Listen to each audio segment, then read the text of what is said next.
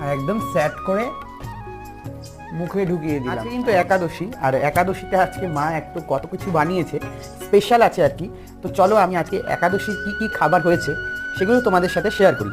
আর আজকে যেহেতু দুপুরবেলা প্রায় এখন 2টো আড়াইটা বাজে, আর এখন এই দুপুরবেলায় কি কি একাদশীর খাবার আছে সেগুলো তোমাদের সাথে শেয়ার। দেখো এখানে আছে হলো রুটি, আর সাথে কিন্তু এখানে ছোলার ডাল আছে, দুধ আছে, আম আছে, আর ধোকার তরকারি আছে, স্পেশাল ধোকার। সেদিনে যদি এত সুন্দর একটা স্পেশাল ব্যাপার হয় তাহলে তো কোনো কথাই নেই, একদম সেই করে এখন খেতে হবে আমাকে।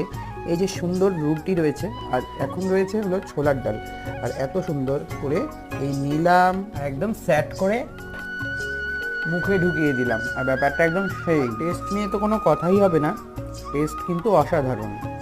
তোমরা কে কে বাড়িতে একাদশী পালন করো অবশ্যই কমেন্টের মাধ্যমে জানিও। চলো আমি এখন লাঞ্চ কমপ্লিট করি, দেখা হচ্ছে অন্য কোনো ব্লগে।